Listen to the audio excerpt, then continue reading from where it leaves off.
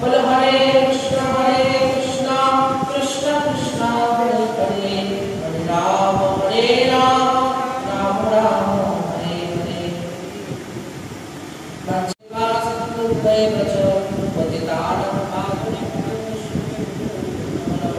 अनंतकोटि वैष्णव वृंद की जय। जगद्गुरु श्री प्रभुपाद की जय। भक्तिपाद श्री गुरु महाराज की जय। जन्माष्टमी तिथि महामहोत्सव की जय। श्री श्री कृष्णचंद्र भगवान की जय। जय जय श्री राधे। आविर्भाव तिथि আমরা সবাই নিজ নিজ গৃহে যা জানি আমরা তার মধ্যে দিয়ে ভগবানের জন্মাষ্টমী তিথি পূজা আমরা উদযাপন করছি। আজ পরিবারে বিশেষ কোনো ভক্ত নেই, যদিও ব্যাসপীঠ যদি ফাঁকা থাকে সেটা ঠিক নয়। ব্যাসপীঠের সম্মানার্থে আজ 20 মিনিট আমরা এই কথা আলোচনা করব। তাতে শ্রীমৎ মহাপ্রভু कृपा আমাদের মধ্যে বর্ষিত হবে। বিদায় গৌরসুতনাথ প্রেমানন্দে ভগবানের কথা আলোচনা করব। পবিত্র জন্মাষ্টমীর উপলক্ষে আমরা ভগবান শ্রীকৃষ্ণের জন্মলীলা যে হয়েছে শ্রীমদ্ ভাগবত মহাপুরাণে, তা আমরা সংক্ষেপে আলোচনা করি। এই কথার মধ্যে ভগবান শ্রীকৃষ্ণের আবির্ভাব হয়েছিল এই জন্মাষ্টমী তিথিতে।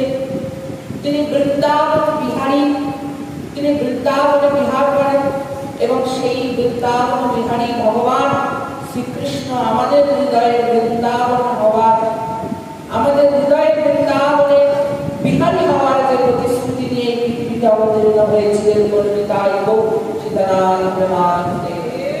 তিনি বৃন্দাবন বিহারী ঠিকই, কিন্তু আমাদের হৃদয়ের যে বৃন্দাবন, সেই বৃন্দাবনে তিনি বিহারী হয়ে আমাদের এই পরিকল্পনার মাধ্যমে তিনি আমাদের এই হৃদয় বৃন্দাবনে করতে চেয়েছেন। তিনি প্রতিশ্রুতি দিয়েছিলেন ভগবান কৃষ্ণচন্দ্র। ভগবান শ্রীকৃষ্ণ সেই শ্রেণীর যুগাবতার বা পূর্ণ অবতার বলা যায় তাকে, যিনি যদিও কোনো একটি বিশেষ যুগে অবতীর্ণ হয়েছিলেন। ভগবান একটি বিশেষ যুগে অবতীর্ণ হয়েছিলেন, কিন্তু যুগাবতার বা পূর্ণাবতার আমরা তখনই বলতে পারি সে সেই যুগে ভগবত তত্ত্বরূপে এখানে আবির্ভূত হয়েও আজ কলিযুগের শেষ প্রারম্ভ পর্যন্ত তার আবির্ভাব তিথি আমরা পালন করব কৃষ্ণচন্দ্র ভগবান কি জয়। কিন্তু তার প্রভাব বা গুরুত্ব অন্য সমস্ত যুগে সক্রিয় থাকে। তিনি হয়তো তারপরে লীলা করেছেন, কিন্তু সেই তারপরের পরে কলি ক্রেতা এই সমস্ত যুগ ধরে কৃষ্ণচন্দ্র এক ছত্র ছায়ার মধ্যে আমাদের জীবদের বেঁধে রাখিয়ে দেয়। তাই যদি ভগবান শ্রীকৃষ্ণের দাপর যুগে অবতীর্ণ হয়েছিলেন এই পৃথিবীতে, আজ বহু যুগ অতিক্রান্ত হয়ে গেলেও তিনি আমাদের প্রভাবিত করে চলেছেন। আমার বলতে কিভাবে প্রভাবিত করছেন তিনি আমাদের? তার লীলা মাধ্যমে, তার গুণ মহিমা কীর্তনের মাধ্যমে, তার নামের মাধ্যমে এখনো পর্যন্ত তিনি আমাদের হৃদয়কে প্রভাবিত করে তুলেছেন। ঠাকুর শ্রী রামকৃষ্ণ পরমহংসদেব বলতেন, ভগবান হচ্ছে একটি বড় চুম্বকের পাথর। চুম্বক পাথর যেন আমাদের চুম্বক যেন জিনিসকে আকর্ষণ করে, কৃষ্ণচন্দ্র ভগবান সেরকম। কৃষ্ণ কথার অর্থ হচ্ছে সর্বাকর্ষণ। কৃষ্ণ সেই চুম্বক পাথর যিনি কিনা আমাদেরকে তার দিকে আকর্ষণ করছে। ভগবান শ্রীকৃষ্ণ হচ্ছে সেই বিশাল চুম্বক পাথর যে তিনি তার লীলা, তিনি তার উপমাধুরী, তিনি তার কীর্তনের মাধ্যমে আমাদেরকে তার দিকে আকর্ষণ করেন। তাই আজও তিনি বহু যুগ অতিক্রান্ত হয়ে যাওয়ার পরেও আমাদের আকর্ষণ করে চলেছেন অনবরত তার লীলা কথার মাধ্যমে। তার ঐশ্বরিক মহিমা, তার বিশুদ্ধ ভগবত প্রেমের যে দৃষ্টান্ত স্থাপন, নিষ্কাম কর্মযোগের যে আদর্শ স্থাপন, তিনি যে শরণাগতির আদর্শ প্রচার করেছেন সেটি, এবং তার যে মহাবাণী যে অর্থাৎ জীবনের প্রতিটি কর্মে শ্রী ভগবানকে স্মরণ করে এবং জীবনের প্রতিটি কর্মের মধ্যে তাকে স্থাপন করার নাম হচ্ছে ভগবান ভক্তি। তিনি আমাদেরকে প্রথম হৃদয় চেতনা করিয়েছিলেন যে যতক্ষণ তার চরণে আমরা পূর্ণ শরণাগতি না হব, পূর্ণ শরণাগতি যতক্ষণ তার চরণে আমরা নিবেদন না করব, ততক্ষণ তিনি আমাদেরকে রক্ষা করবেন না। এই যে একটি শিক্ষা যারা মহাপ্রভু প্রতিটি পদক্ষেপে শিক্ষা দিয়েছেন, ভগবান আমাদের কিছু না কিছু শিক্ষা প্রদান করেছেন।